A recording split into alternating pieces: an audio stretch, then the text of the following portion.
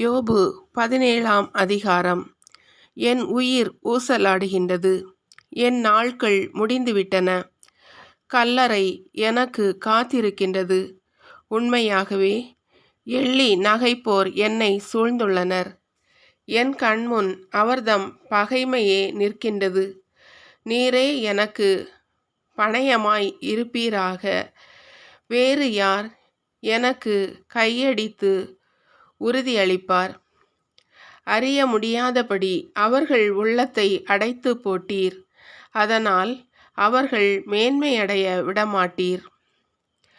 கைமாறு கருதி நண்பர்க்கு எதிராய் புறங்கூறுவோரின் பிள்ளைகளின் கண்களும் ஒளி இழந்து போம். என் இனத்தார்க்கு அவர் என்னை பழி சொல்லாக்கியுள்ளார். என்னை காண்போர் என் முன் துப்புகின்றனர். கடுந்துயரால் என் கண்கள் மங்குகின்றன. என் உறுப்புகளெல்லாம் நிழல் போலாகின்றன. இதை கண்டு நேர்மையானவர் திகைக்கின்றனர். குற்றமற்றோர் இறைப்பற்று இல்லார் மேல் சீற்றமடைகின்றனர். நேர்மையாளர் தம் நெறியை கடைபிடிப்பர். கரையற்ற கையினர் இன்னும் வலிமை அடைவர். ஆனால் இப்பொழுது நீங்கள் எல்லாரும் திரும்பி வாருங்கள். வந்தாலும் ஞானமுள்ள எவரையும் உங்களில் காணமாட்டேன். கடந்தன என் நாட்கள், தகர்ந்தன என் திட்டங்கள்.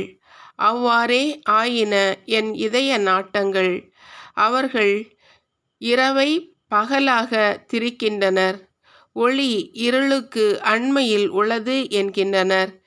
இருள் உலகையே என் இல்லமென எதிர்பார்ப்பேனாகில், என் படுக்கையை இருளிலே விரிப்பேனாகில், படுகுழியை நோக்கி என் தந்தையே என்றும், புழுவை நோக்கி என் தாயே, என் தமக்கையே என்றும் புலம்புவேனாகில், பின் எங்கே என் நம்பிக்கை?